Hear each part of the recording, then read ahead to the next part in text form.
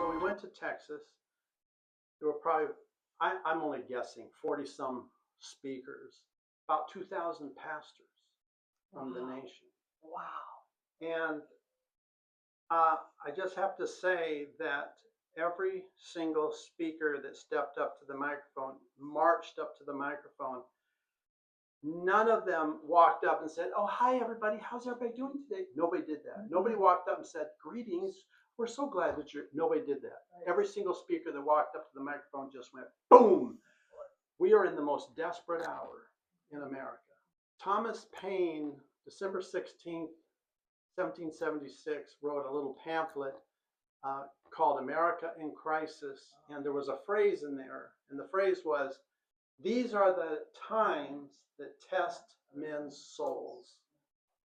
And what each speaker was making very clear is America is in a very desperate hour.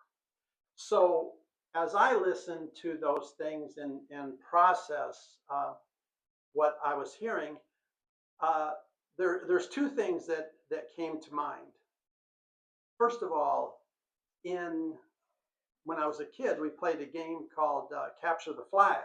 I don't know if anybody ever played Capture the Flag, but the idea is someone had like a corner lot, and so there would be like a post or a pole or something. We'd put a bandana on it or whatever it was, and your goal was to get to it and capture it before the person that was it would tag you. So this person, you're trying to run up, and that person runs over, and if they tag you, then you're out.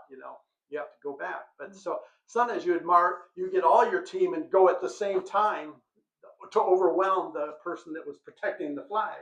The reason I'm telling you that story is because what I've realized a lot over the last several months, and of course being down there, is that in one respect we are playing the enemy's playing capture the flag.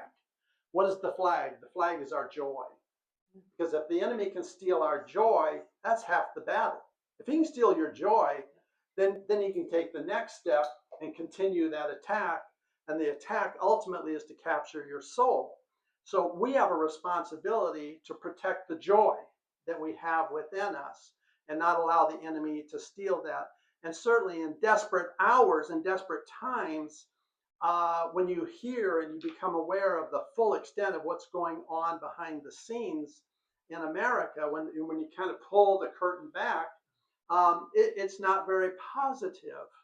And that's one of the reasons why we had the worship today, because we have to rally around the truth that the Lord is the defender of our lives, and we're not at the end by any stretch of the imagination.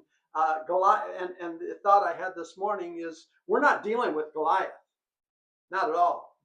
We are the bride of Christ. We are the sons and daughters of God. We're not cowering like David, or not David didn't cower, but we're not like David against Goliath. That is not the case. We are coming eyeball to Goliath, looking him right in the face, saying, "You will not win." We're not the little one down here. We are at a totally different level in this world that we deal in. So it occurs to me that over the last 4 years of this ministry, what we have been doing is what I call strategic biblical doctrine. That's what we've been doing. We've been teaching strategic biblical doctrine. And what does that mean? Some of the doctrine we've been teaching, biblical strategic doctrine, strategic is hand-to-hand combat. Strategic means you're face-to-face with the enemy. So whatever you use, your weapons or whatever the things you're using in the war, and you're right there on the battlefield, that's called strategic, okay? So we have been teaching strategic biblical doctrine, such things as supernatural problem solving. And what we have found, at least I haven't found an exception yet, everybody has problems from time to time. So we've taught on supernatural problem solving. We've talked on the art of forgiveness. That is very strategic. Most people need that teaching on the art of forgiveness, how to deal with wounds, and so we've done that. We've taught on the 10 Commandments one by one and how important those are. We've talked about the 7 basic doctrines of Christ, the fundamental doctrines of our faith. That's strategic teaching. This is what we've been doing for 4 years. What occurred to me in Texas is it is time to shift completely into a new trajectory for this ministry, and that trajectory is tactical scriptural instruction. Tactical scriptural instruction, which is a different point of view. Tactical, now we move to a higher level. We're looking down at the battlefield and we're looking at strategies. So as a general or an admiral or whoever's looking down at a battlefield, they have to look at the battlefield and make a decision. Where do we move our strategic assets from a tactical point of view, looking over the big picture? Okay. So we need to move into tactical scriptural instruction. What we have done in the church for the last several decades, 10, 20, 30 decades, I don't know, there has been a focus to a certain degree on everybody getting healed. We as Christians have come in broken into this faith system, and we need to be healed. We have emotional wounds. We have betrayals to deal with. We have abandonment issues to deal with. We have traumas to deal with. And I'm not saying that we're not going to continue to reach out to those, because we will. Any place and any time there is a point in time where we need some healing on that level, we want to meet that need, and we're going to. Probably more effectively now than we've ever done before, honestly. But what we have to understand is we have been speaking, and it's very common. See, we might get to the notes. It is very common for pastors are most comfortable dealing with broken people. If you have a church full of broken people, pastors are like, glory. Because what is the fact? They need me. As the pastor, they're broken. They need me. Good on me. So in one sense, the longer those people stay ill, or the longer they stay hurt and broken, the more I'm in business. But what happens if we grow people up? What if people get healed? What if they don't need a caretaker per se, because they've learned a strength and they have found a freedom and they found an integrity inside of themselves where they're ready to be ones that are fighting, not the wounded back here that need to be taken care of. So I really believe part of where we need to make a shift to, we need to make a shift to not just fixing people, but equipping people to be victorious warriors who will not break under the assaults that goes on in our society today. And how do we empower God's people with courage? Courage to stand up to the attack that might come against us, that want to tell us to shut up and sit down. And all we have to do is say no. You know what? I thought about this morning as well. I'm not here to fight with anybody. Somebody wants to come and attack me because of my faith, because of my stand, because of my belief, because of my patriotism. I'm not here to fight with them. I don't need to fight. What did Jesus do more often than not? He stood there silent. Mm-hmm. Sometimes the most powerful weapon we have is silence. Or one time I was working in a camper manufacturing place, and there were 5 or 6 guys in the warehouse that would step in the back and smoke marijuana. So I went to the boss and I said, hey, do you realize what these guys are doing back here? He went, what? So he confronts them. Now, what happens to Danny? What happens when those 5 or 6 guys just got confronted by the boss? So I'm out doing something in the yard outside the building, and here come these 6 guys. They come walking up to me. They're ready to just deal with this issue. So do you know what I did? I sat down. Do you know how disconcerting that was for those guys? I mean, they're like, and I'm like, and I just sat down silently. I didn't say a word. They didn't know what to do. They had no idea. What do you do? They expected a guy that's going to, let's fight. No, I just sat down and I was silent. It wore them out. They finally walked away. What are you going to do? On the other hand, I'm in a win-win situation. What are you going to do to me? I get to go to be in the presence of the Lord. Absence from the body is to be present with the Lord. What's the worst you're going to do? I've already been to death in that helicopter. I've already been there, seen that. I'd rather be there if I had my choices. That was glory, heading to heaven. What are you going to do?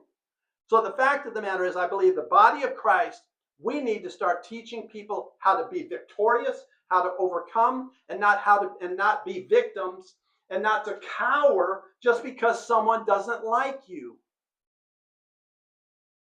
So we've got to change a little bit of our perspective.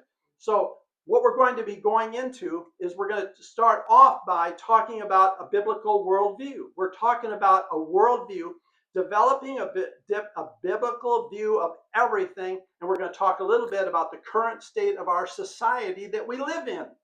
We've got to deal with these things, because if we don't deal with them, and if we stay blind to what's going on around us, right here in Boise, Idaho, a march that happened here just several weeks ago, a large number of Muslim people were marching in Boise. Now, I'm not against people. I'm not mad at people. But we have to understand the worldview that some of these people are operating under. We need to understand that worldview and what the goals are of that worldview. We need to be equipped with the truth. And then understanding is I'm not the one to fight anybody. I'm one to step into the victory. He already won. I need to lean into him in the midst of this world that we're living in and be strong and not back down. These are the times that try men and women's souls. And what is that being tried? Your character, what you believe. You know, we can all sit here and say, I am confident that I am bold and courageous and that nobody's going to make me back down until they're in your face. And then all of a sudden it's like, where are you? How do you respond? Because if you're relying on your own energies and your own defense mechanisms, you may find it's not strong enough to meet that attack. We need the arm of the Lord. Years ago, I saw these kids, these teenagers were climbing this 40-foot tower and jumping into the water. So I'm watching these guys jump up and I'm thinking, well, I'm tough. I'm brave. I'm going to climb that tower. So I climbed the tower. Do you know what it's like to stand 40 feet over water? And I'm looking down going, oh, what was I thinking? And then I look behind me and here's all these teenage boys looking at me like going, yeah, man, old man, what are you going to do? Back down? Go back down the ladder? But I walked up to the edge and said, you know what? I'm here. I'm going to jump. And I went feet first. I was smart enough to know, don't go head first at 40 feet in the air. You go feet first. But I am telling you what, when I jumped off that platform, I mean, I could have sang the national anthem and not had it done before I hit the floor, hit that water. I could not believe it was like, and boom, you hit that water like hitting a brick wall. But when you're put to the test, where you're really at comes out, and I think it's for us to be prepared now to understand who the enemy is, what they're after, and what are our resources to meet the challenge that we're living in. So we're not here to back down, and we're not here to remain silent. It cannot remain this way. We cannot remain silent. Okay, what do I mean by that? I'm simply saying it's not that we're getting signs and marching in the street. I'm not saying that that's necessarily what we're supposed to do. If you are, God bless you. But I think really what it comes down to is doing the right thing at the right place. So if you're in a business and your boss gets together and says, hey, we're going to cut some corners. We're supposed to use this material, but we're going to use this cheaper material, and we're not going to tell the people that we're charging more money for what is actually costing us less and is cheaper material. And we stand up and say, no, that's unacceptable. That I just can't agree to that. If someone says, well, let's just embezzle a little bit of money from wherever, some business, and we simply say, you know what, I'm not okay with that. I can't agree with that.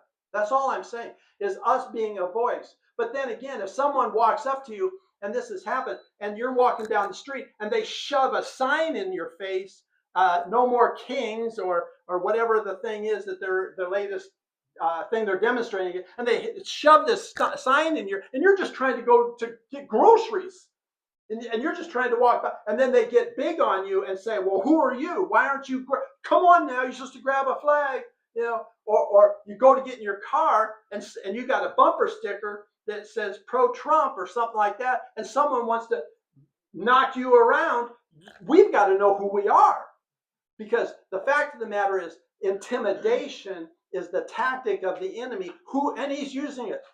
Now, I don't know about you, but the thought of putting a MAGA hat on, a red MAGA hat on, and going to the grocery store is intimidating. Now, I haven't done that, and the reason why is because I'm not here to wave a red flag at people just to purposely aggravate, and I'm not into doing that. I'm going to live my life. But if I felt so inclined, I would rather do that than allow fear to hold me back from doing it. But I'm not here to antagonize. I'm not just going to stir things up just for the sake of stirring up. And I think some people do that. But on the other hand, I think we need to be taught the truth about who the Lord is for us, and what these circumstances, what are these things that we're up against. So we need a worldview. So in 2 Corinthians 2:11, it says, but one whom you forgive anything, I also forgive. This was Paul speaking. For indeed, what I have forgiven. If I have forgiven anything, I did it for your sakes in the presence of Christ, so that no advantage would be taken of us by Satan.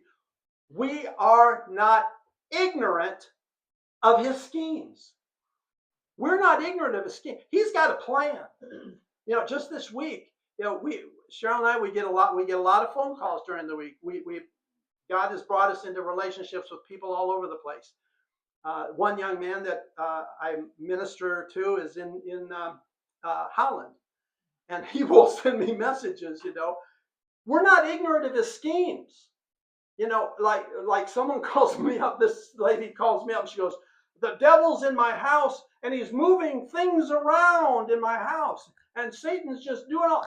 And she's telling me all this horrible stuff. And then when she caught her breath, I just said one simple thing: why? And it was like you could hear the brakes screeching to a halt. Why are you allowing that? What in the world are you doing, tolerating that? Who is the devil? Greater is he that is in you than he that is in the world. Why are you tolerating this? And she kind of went, I didn't think about that. It was like an epiphany. It's like, wait a minute. Why am I tolerating this stupidity, which is just goofiness of the enemy to intimidate? We're not here to be intimidated by the enemy, by any stretch of the imagination. We are here to love God with all of our hearts, live out our destinies, live out our purposes, live out our lives with grace, with mercy, with truth. But we also have to understand we're not ignorant of his schemes, because they'll come. The light falls over. How do you deal with that? How do you deal with that? Our character is put to the test when these events take place. How do we deal with it? We're in Texas, and we had to call for an Uber. So we're sitting here and following directions. People are telling me, you got to go over here, go over there. So we just did what we were told. So I call. The Uber. I call for an Uber drive. I text. Use the app. Uber driver. Okay. So I get this text, and the Uber driver, because he says I'm here, and we're like, oh my. Where? So he texts. So I telephoned him. Well, Uber sends me a message saying, don't call people. Don't let them know your personal phone number. Don't give out personal information. You shouldn't really be calling them. You should be texting only. But anyway, I called the guy. The guy answers the phone, and I said, we're here. Where are you? He said, well, you're on the lower level, right? And I says, yeah. He says, you got to come up to the high level where we can pick you up. You got to come up to the departure. You have to go up to the departure area, not the arrival area. So we go up to the departure area. We're walking now to meet this guy, and I see there's lots of people all over the place, right? It's an airport. So I look down a little ways, and I see this black guy standing outside his car, and I just have a sense that's probably the Uber driver, because he started looking around like this. So I come walking up to him, and we're about 50 feet away from this guy, and he yells, "Danny, over here!" He yells my name. Mm-hmm. He doesn't know what I look like, right? There's no pictures. He yells my name. So I'm sitting there going, okay, are you the Uber? Yeah, and we have to give a code, and now we know who the Uber. So we got the right guy, and we're at the right place. So we get our stuff in the car. We get in the car. This guy was a Christian from Nigeria, and I couldn't help myself. I was like, his his Nigerian name was Ulagun. And so I said to him, I remember what his English name was. But anyway, I say to the guy, I'm just curious. How'd you know it was me? All these people walking around, and I'm walking, and you yell my name. How'd you know it was me? And do you know what he said? When I heard your voice on the phone, and I saw you walking, I saw the character, the voice, and the person matched. He said, I knew it was you because the way you carried yourself. And you were being calm. Because he said you were completely calm. You weren't upset that you had to come up to meet me. Who we really are is put to the test when we come up against circumstances and situations. Every single conversation, every single circumstance, every person we meet, every situation we get in is a mirror, and it reflects who we really are. You can get in a conversation with some people, and you'll know within minutes what their real character is. So we have got to implement what we've learned over these last 4 years. We've got to implement problem solving and these different issues. We've had to implement them and make them a part of our lives. Or like the little 5-year-old said, Daddy, is that man telling the truth, or is he just preaching? I mean, which is it? Are we just preaching to fill space and time? Or are we talking about life and death? And whether or not we are going to grow and succeed and overcome the challenges that are going to get thrown at us, because they're not going to stop. They're going to increase. And we need to know why. So, I'll bet you've never heard a sermon from Sun Tzu, The Art of War, 500 BC. Do you know that every warrior, I was in the military for 24 years. Do you know that pretty much every warrior knows who Sun Tzu is? Everyone knows who Sun Tzu is. The Art of War, probably every warrior today at least knows who Sun Tzu is, and they have probably read his book. 500 BC. But what he taught then is true today. And I think this is a part of what I'm talking about, as we need to be ready for this life that we're getting into. Or we have the other option. We can do the turtle option. Or put your head in the sand. Yeah, do the turtle. Or we can realize, no, they're not going to be satisfied. The Crow Nation, during the time the whites were coming to this continent, the Crow Nation realized what the whites were accomplishing. So what the Crow Nation got together and says, well, I'll tell you what, these guys are fighting them and getting killed right and left.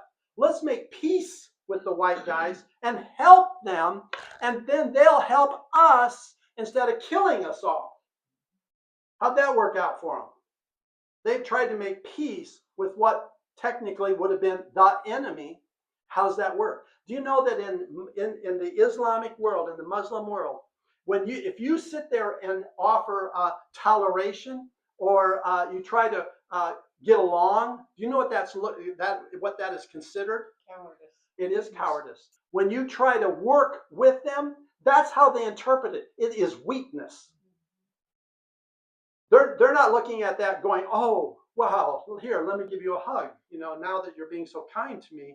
No, it working with Muslim people in Kuwait for 9 months, I am telling you that what we see as get along or accommodating, that is only perceived as weakness.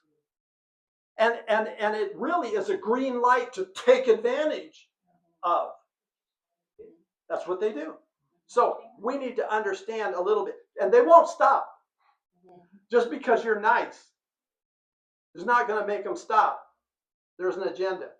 But look what Sun Tzu said. The supreme art of war is to subdue the enemy without fighting. The first element of war is beat them without having to fight. Brilliant. Oh, it is. So use strategic, superior strategy. Let me go to the next one. Look, number one, these are rules that he taught. First of all, know yourself and know your enemy. And in 100 battles, you will never be in peril. Do you know what that means? You need to know who you are. Someone can't walk up and challenge you. Listen, 40 years ago, I was in a church, in a meeting, young and dumb, inexperienced, and new Christian, basically, or whatever. And we're teaching, and all of a sudden, a demoniac, a full-on demon-possessed guy comes running into the church service, falls down in front of the pulpit, manifesting, just totally wanting absolute attention, which is demonic. Yeah. So that demon, we had to pick him up, carry him outside, and that demon spoke right to me and says, I know who you are. I know your stuff. Scared me to death. Scared me. I wanted to run. That demon said, I know exactly who you are, and I know your weaknesses, and I know your failures. I was like, get me out of here. Yeah, well, that ain't going to happen again. Then, a couple of, 10, 15 years ago, I'm in a church service, and here comes this demoniac marching down the aisle of the church. Blah, blah, blah, all that nonsense that demons do. He's marching down and I'm sitting there talking to a couple ladies. I'm talking like this, and then I go just like this. I turned around, and I saw that guy, and I went, stop it. Get out of here. And then I went back to my conversation. Do you know what that guy did? He flipped around like this, dropped on all fours, and crawled out of there. I'm not the guy that was afraid. Because you spoke with authority. With absolute authority. You will not be tolerated in this space. Period. I know who I am in Christ. You have to know who you are, and you have to know who your enemy is. The enemy is out to intimidate and scare and steal, steal, kill, and destroy. Most best victories are won without fighting through strategic positioning and psychology. Think about what's going on right now in the Middle East. What's going on in Iran? What are the tactics that are being right now? Know yourself, know your enemy. Victories are won without fighting by strategic positioning and psychology. 500 years BC. That's what I use in our marriage. What's that? She wins all the time. Speed and deception are essential. Speed and deception. What did Nazis use in Germany? It was called the Blitzkrieg. It was that they would just go as fast as they could. What did we do? In 48 hours? Pretty much decimated Iran. Speed and deception are essential. Boom, boom, boom. Yep. Know the terrain and the timing determines success. Choose your battles where conditions favor you. So you've got to be smart. You get confronted. Maybe the best thing is sit down. Maybe the best thing is silence. You have to kind of know your environment, to know where you're at. Now, if a person is not going to talk to you and all they want to do is shout at you or blow whistles in your face or slam you to the ground, Well, that's not a terrain conducive to standing there. You need to know when to walk away, because that is an argument you don't want to get involved in. And then I love this. A good commander adapts to circumstances like water adapts to terrain. You've got to, in the military, the thing we learned was adapt and overcome. Adapt and overcome. The thing falls down. Adapt and overcome. You get a challenge. You adapt and you overcome. Whatever that challenge is that comes at you, one of the keys. And then I love this too. Take care of your troops and they will follow you anywhere. That is so key. You take care of your troops and they will follow you anywhere. In the Navy, I had my ship and another ship were identical. They were absolutely identical ships. One difference was the captain of that ship, he only cared about the equipment, the mechanics, the ship itself. That's all he cared about. He didn't care a thing about his crew. He didn't care anything. Our ship, our captain, he loved us. He took care of us. I mean, that man. One time we had an operation, an assignment, and what that was to go. We were in San Diego, and we were going to degauss the entire ship, demagnetize the entire ship. Well, to do that, you had to take these big, thick, black, not ropes. They were cables encased in rubber. But we had to start at one end of the ship and bring these cables and connect them the whole length of the ship. And then the idea was then they would go, and it would totally demagnetize the ship. Have you ever heard of St. Elmo's fire? Has anybody ever heard of St. Elmo's fire? Yeah. Well, you would see St. Elmo's fire on a ship, and what was happening, that ship was building up an electric charge. That charge is building up. The static electricity was building up inside the ship. So sometimes we have to go degauss the ship. And typically, it would take 16 hours to do the whole process of taking that entire ship and putting these cables on it. Our captain said to us, he said, guys, could you do it in 8 hours? Absolutely. Yes, sir. So we went to work, and we did in a 16-hour operation. We did it in 8 hours. When we got done, it was late afternoon, and we looked up. We were, of course, at a pier. We looked up, and we saw these pickup trucks coming down towards the pier. The pickup trucks were packed full of ice and beer and pop and so forth. And then we saw these guys carrying these big tubs out to the beach filled with food, potato salad, etc. And this guy threw the most amazing barbecue on the beach for us. And I'm telling you what, that man asked us to do something. It was absolutely whatever he asked for, we were more than happy to do. If you take care of your troops, they'll follow you anywhere. Shifting gears a little bit. I want to take a quick snapshot of Rome. Okay? Why did Rome fall? Number one, syncretism. What is syncretism? Syncretism is Rome invited every religion to come together. Let's all get together, no matter what your religion is, let's get together. And it was ecumenical. So they have all these religions, and they all get together, called the mystery religions, or some of them were. But they're hugging and just celebrating. Well, let's all just worship whatever you want to worship, and we'll all worship together. There's only one problem. There was one group that said, no, we are not going to be a part of this. Because central to syncretism was the worship of Caesar. So if you want to be a part of the state, a part of this community, then you've got to worship Caesar. Christians said no. Do you know what the Romans called Christians? They called them atheists. They called Christians atheists, and the reason why, because they didn't have a God. They didn't have an idol you could touch. They didn't have a temple. They just said we worship God, and they're like, where is he? They're like, well, he's everywhere. And they're like, so they were called atheists because they didn't believe in a God that you could touch. Christians were not killed because they were Christians. They didn't care who you worship, really. Okay, you don't want to do our little thing over here. That's not good. But you know what? Everybody's worshiping something. You're worshiping Jesus. That's fine. It was up to a point. The reason why Christians were killed is because they refused to worship Caesar. Because they would not follow the social demand. In the social demand, the social culture, the Christians said, no, we're not going to participate in this Roman culture. And as a result, Rome said, then you are rejecting the state, the laws of the state. You're rejecting our mandates. And because you're rejecting our mandates, you're out of here. We're going to, a bunch of college Romans got together and said, how many Christians can you stuff in one lion? Oh, That was the mentality. It wasn't because they were Christians. It was because they wouldn't submit to the state. and it's fear tactics. Oh, a little intimidating. When you sit, let's see, submit and worship Caesar or die by a lion.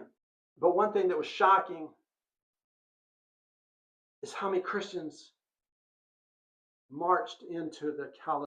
And we have to also realize that they might not like me.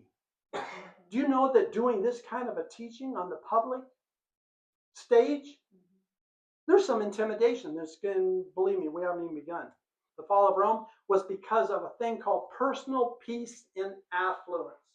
What that means is, as long as I can go inside my door and shut the door, and I have plenty of food and plenty of money, don't tell me what's going on out there.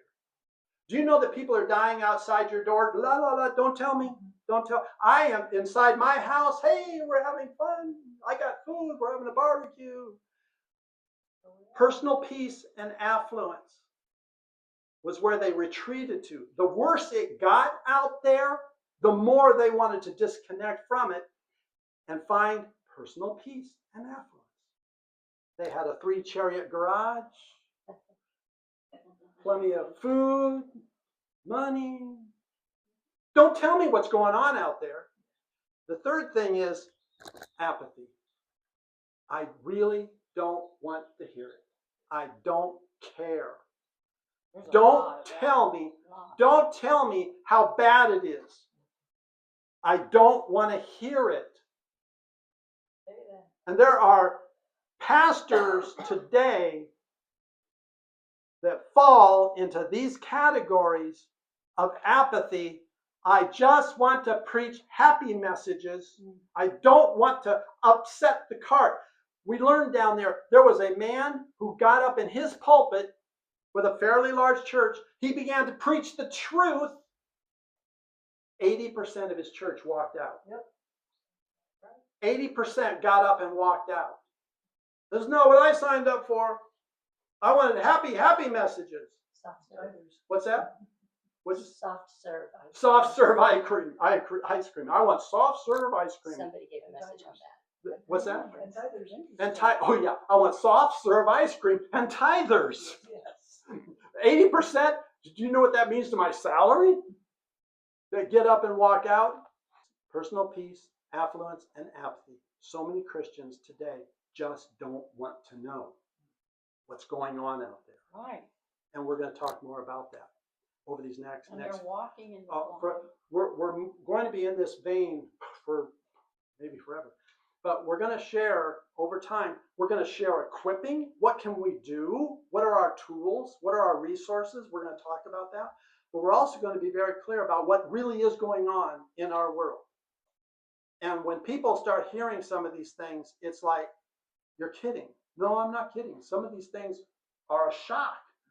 But you know, in the Revolutionary War, do you know who the driving force was behind the Revolutionary War? People behind pulpits. It was the preachers that were in the pulpits that were because they were preaching the truth about the scriptures, about love and freedom, which is fundamental, which is really kind of crazy because all the other religions, they want to bind you up and tie you up and make you worship just their way, this period. And then Christianity comes along, Jesus comes along and says, you have freedom of choice. You can do whatever you want. Freedom is so essential to this faith that God has brought us into. You have the freedom to choose whatever you want. Now, we happen to have a testimony of our choice, which is working out really well. but you have the freedom to reject it. That's freedom. It's liberty. So there was unrestrained violence in Rome. Unrestrained violence. And then here's the kicker: decadent immorality. Decadent immorality. You know, I was going through. Yeah, exactly. I was going through physical therapy, and so there was probably 5 or 6 young ladies that were running the shop, and they were doing the physical therapy, working with different people, and I'm there, and they would all get to talking among themselves. Then you could hear everything they were saying. Hey, by the way, you know, did you see what Taylor Swift did?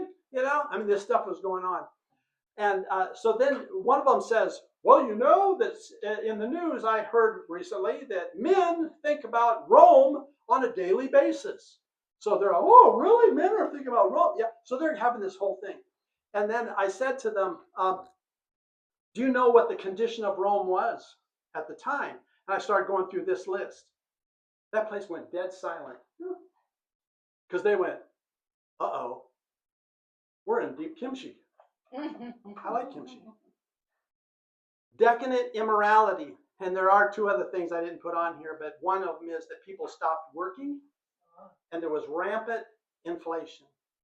Rome was going down the tubes. How do we get a worldview? So I just wanted to give you that little heads up. So how do we arrive at a worldview? Every single person, I don't care who they are, every single person has an answer to these 5 questions. No matter who they are. Hakeem Jeffries has an answer to these questions. AOC has an answer to these questions. President Trump has an answer to these questions. Everybody has an answer to these questions. And this is how our worldview is formed. And number 1 is, what do you believe about God? What people, how they react, how they answer that question is coming from a belief system they have deep within themselves. What do you believe about God? Well, I'm an atheist. Okay, that's their belief about God, that there is no God. But they've got a belief about God, and it affects them how they live. Everybody has some belief about creation.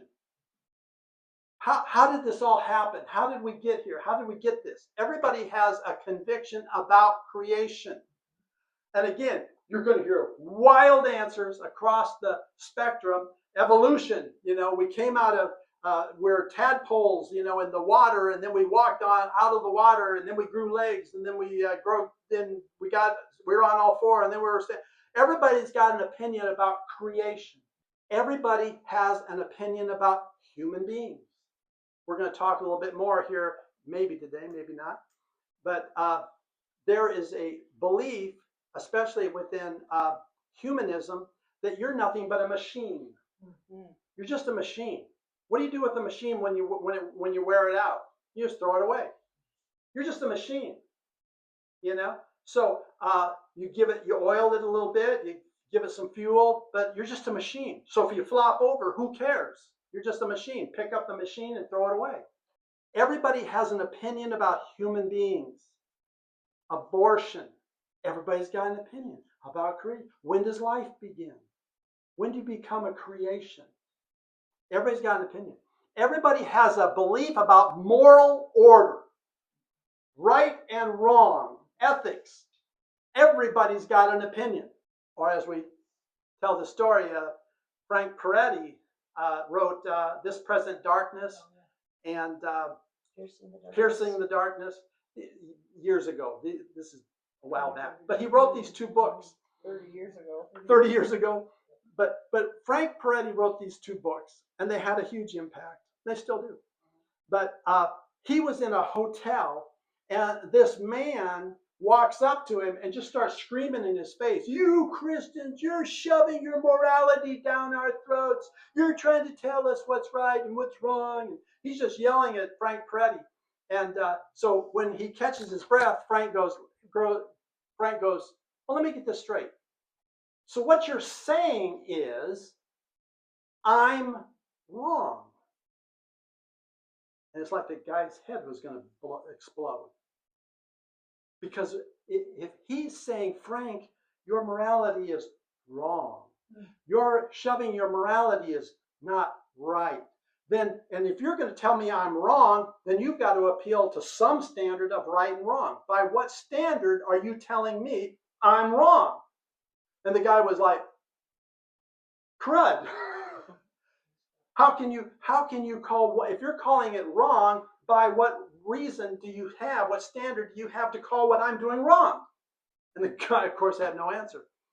It's like these protesters when they walk up and say, do you know what the difference, do you know when they say river to the sea, do you know what river and which sea? And they're like, the Mississippi and the Amazon? Yeah. I mean, they have no clue what they're even talking about. Or what they're writing Or what they're writing for, exactly. What you believe about purpose. What is the purpose of human beings? What is purpose? What is destiny? You know, what you believe about these things. When you tell people you're nothing but a machine, and we're going to talk more next week, probably, the rate we're going here. When you have a postmodern or nihilistic worldview, what that means is, we'll explain all that. When you have a nihilistic point of view, what that says is, when you die, you're gone. You just poof. You just evaporate. You just disappear. Poof. So do you realize that suicide, in one sense, by a mass murder or some of these other things they do, they think, oh, I can escape, just poof, and then I'm out of here. Poof, I just disappear. Poof. It's all over. There are no pain. There's no consequences. Nothing happens after that. I just am obliterated. I cease to exist. So I'll just escape. Boink. And then in that blink of an eye, they looked in the face of Jesus. In that blink of an eye.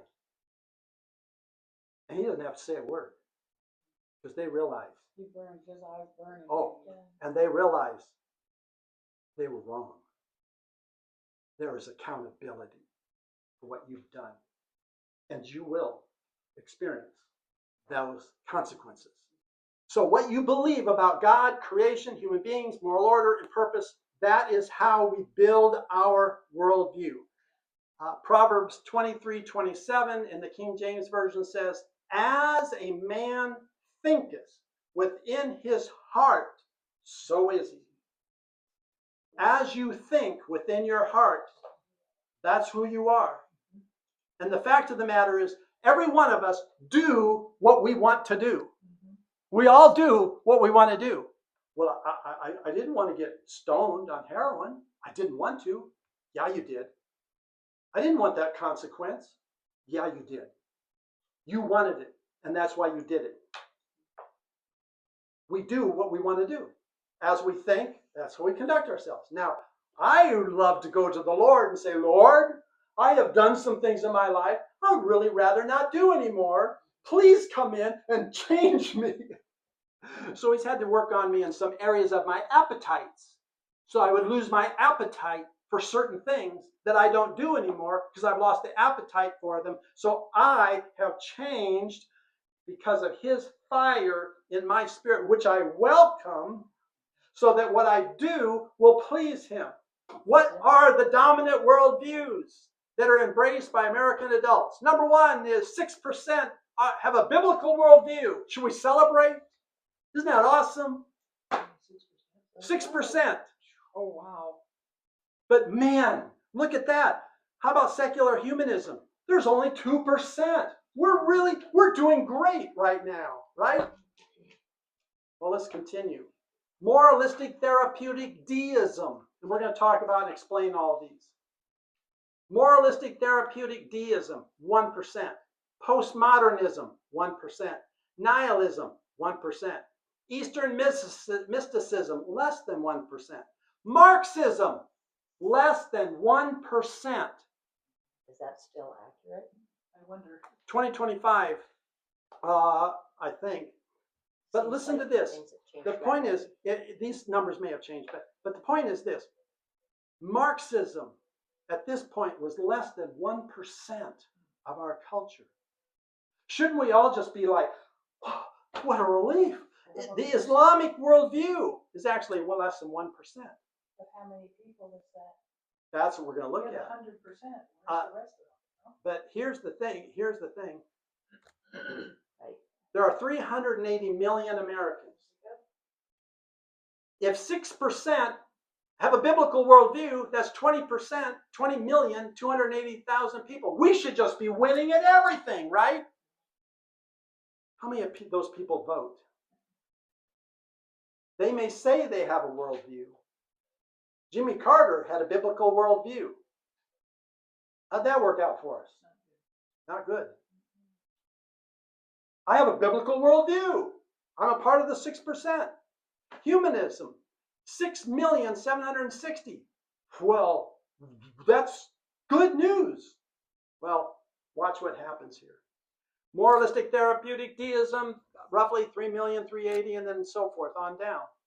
And then I didn't have the number for Islam, but I believe it's less than 1%, so it's probably less than 3 million, at least at the time this was taken.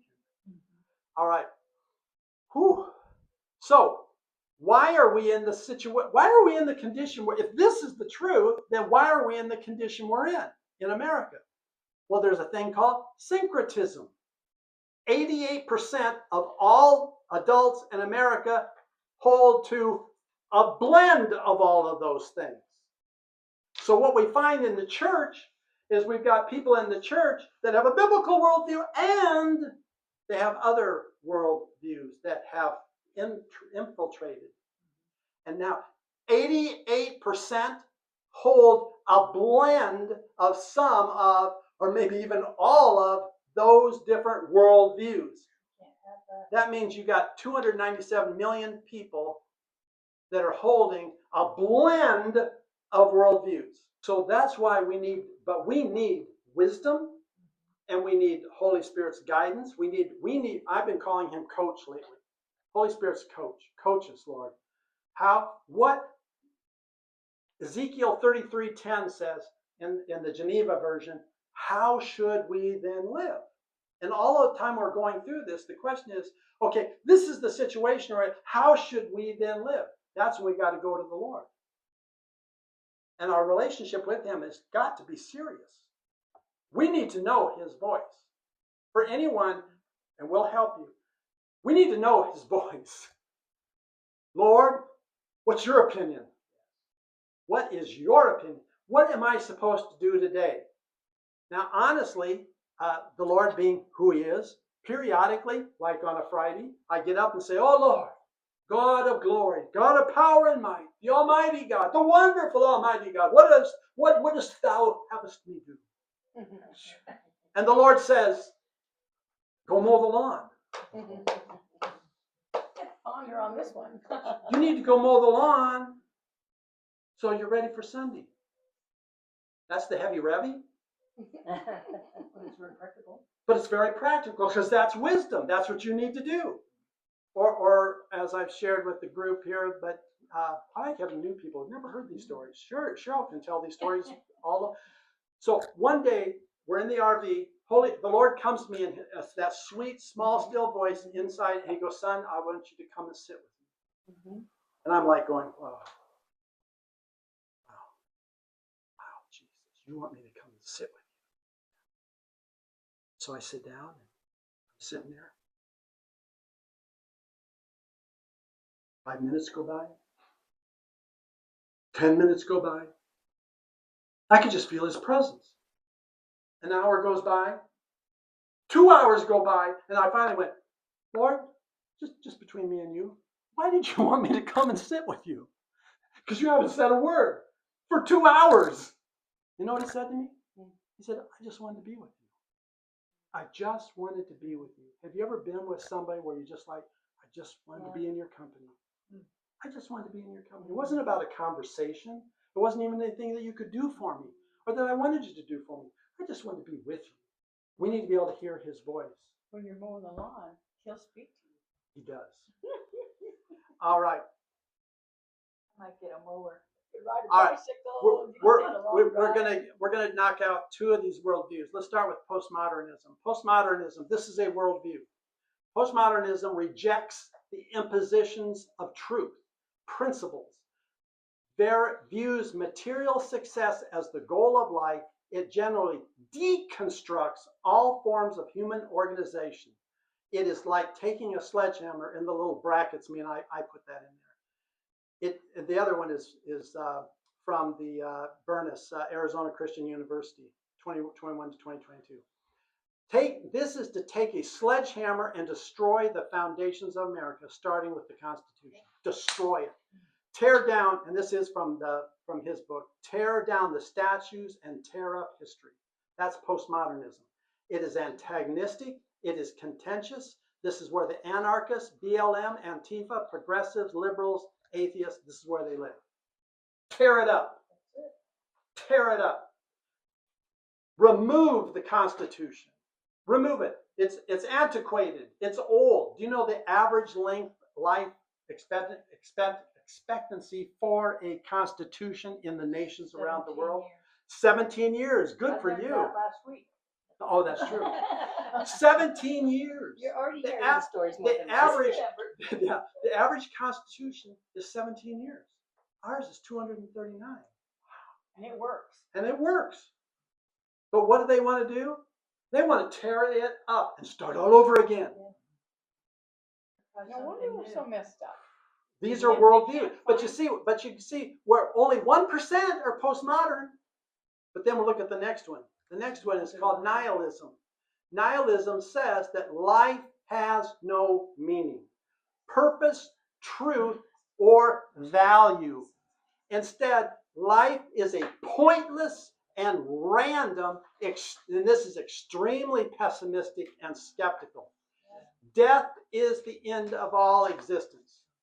Therefore, there are no post-death consequences. Atheists love this. Eat, drink, and be merry, for tomorrow we die. Mass murder, assassinations, and suicide. Why not? What difference does it make? It's Rome. Poof. Yeah, exactly. And just poof. You're not even accountable. You know, here come the police to arrest you and hold you accountable. Poof. You just take your. I'm just going to disappear. I'll just disappear. I'll make myself disappear, and there will be no consequences. It's called nihilism. Okay, the last slide we're going to do today. The problem with these two are, I hate to end on a negative note. The underlying driving force of postmodernism and nihilism is a hopeless worldview. Now, one of the things that people are dealing with right now, there's a lot of people dealing with hopelessness. We heard yesterday someone that was talking with a group of 11th graders, and those 11th graders look at the world we're in. When you were 11 years old, I don't know, when I was 11 years old, and someone said, what do you want to be when you grow up? You know, I want to be a fireman, or I want to be a policeman. Whatever your thing was, you would have this, well, I'm going to do this. I want to be a doctor. And what you would think is, the follow-on is, what am I going to have to do that? Oh, well, you're going to have to be, if you want to be a pilot, you want to be an airplane pilot, then you're going to need to know math. You've got to know math. A lot of the things, if you want to do it, you got to know math. You need to apply yourself to an education so that you can have what you want. But now we tell these kids, you got nothing. You got no future. Now, the good news is, I was thinking about this, we're always going to need electricians and plumbers and chefs. Because AI is not going to replumb your house. And it's not going to put electricity in your house. So what we're seeing, though, is people are finding themselves and feeling hopeless. And what do they retreat to? Personal peace and affluence. Just close the door. I just want to watch whatever on TV. Huh? Turtle out. So I hate to end on a negative note, but we're going to continue on in 2 weeks. We're going to continue. We're going to look at all these worldviews. And when you listen to these worldviews, you're like, no wonder we're in the condition we're in. Yeah. When these people have these are their convictions. This is what they believe, and they operate and act out of what they believe. Clear. It's absolutely clear. It's as clear as it's almost breathtaking when you see it. It's like there it is, right in front of our faces. And we see when you see these people, the way they're operating, and some of the politicians, when you listen to them, you see what's driving them are these worldviews.